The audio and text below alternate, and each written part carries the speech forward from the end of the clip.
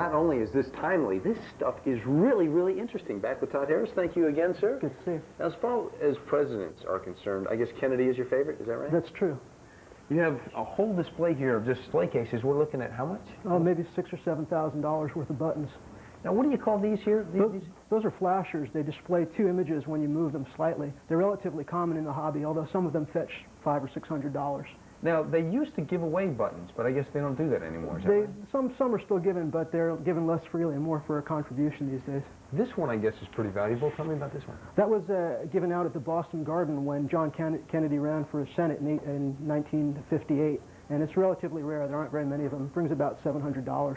What's more valuable, a John Kennedy button or a Bobby Kennedy? Oh, well, there are some that are more valuable for Bobby and some for John. It really depends on the rarity. Some Bobby Kennedys fetch upwards of $700, $800. Is that right? Yeah. Let's head over this way.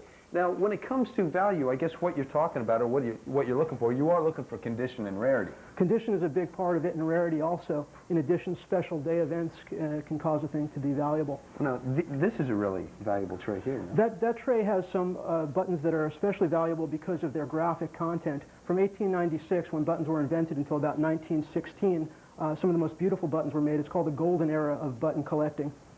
Now, what I think is really, really interesting is you have something pre-buttons. They were making these before the buttons, is that right? That's true. Before buttons, there were clothing pins and ribbons were very common. That's a Garfield Arthur ribbon from 1880. About $500, $400 valuable. Ribbons run in the range from 40 on up to several thousand for a Lincoln ribbon. Todd, what do we have here?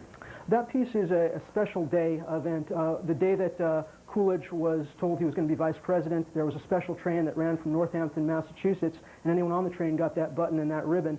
It's about a $1,500 to a $2,000 item. Very few of them are known. Now, something that might be very, very few of is this jacket.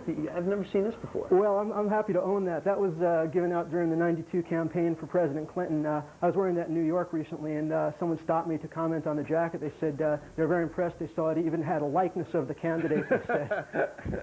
Well, what do you think about as far as what they're giving away, or what you can get these days? Is there anything people should be looking for? Well, when you look at buttons these days, of course, if it's a special day event or a one-time only event, they would be valuable ones. A lot of buttons are made in the tens of thousands, so not all buttons have high value.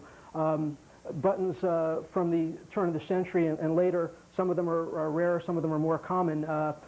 There's a button right here which is for Al Smith. He was the first Catholic to run for president.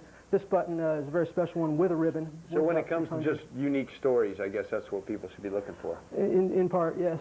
Thank you very much for coming by. I really appreciate that. I know you're a member of American Political Items Collectors. If you guys want to be members of that too, it's really easy. Just give us a call here at the show and we'll put you in touch with Todd and he can take care of it. Thank you again, sir. Thank you very much. A lot more items coming your way to be appraised when Personal FX returns.